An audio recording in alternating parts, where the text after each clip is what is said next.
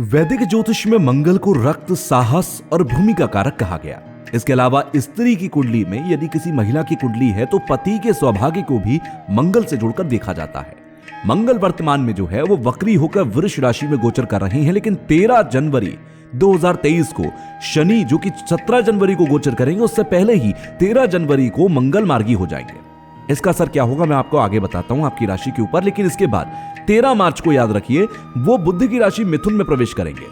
मंगल के मार्गी होने से 12 राशि पर बड़ा असर होगा। मेष राशि पर इस राशि के जातकों के लिए मंगल लग्न और अष्टम भाव के स्वामी होते हैं। मंगल आपकी राशि के दूसरे भाव में मार्गी होंगे, जिसे हम धन भाव कहते हैं। इस भाव से वाणी, संपत्ति और संचित धन का पता लगता है। इस भाव में विराजमान मंगल की दृष्टि अब आपके पंचम, अष्टम और नवे भाव पर होगी। इस गोचर काल के दौरान आपको अपनी वाणी पर काबू रखना होगा।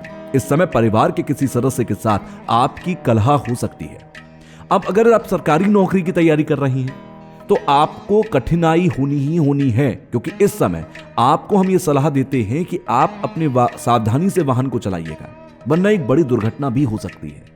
मंगल की कृपा से इस समय आपको अपने गुरुओं का सहयोग प्राप्त होगा, लेकिन इस पूरे समय में आपको कुछ बातें जो ध्यान रखनी है मैंने आपको बताई हैं। आपको अपनी वाणी पे काबू रखना है। आप किसी को अपनी जुबान से कुछ गलत बोलेंगे और आपके पल्ले में मुसीबत पड़ जाएगी। इसीलिए आपका क्लेश ना हो, कलह ना हो, लड़ाई झगड़ा ना हो। सावधानी से रहिए, अपनी वाणी पर कंट्रोल करके रहिए। आप सरकारी नौकरी की तैयारी कर रहे हैं तो आपको बेहद सावधान होकर चलना है। इस समय मैं आपको फिर यही सलाह देता हूं कि सावधानी से वाहन चलाइएगा।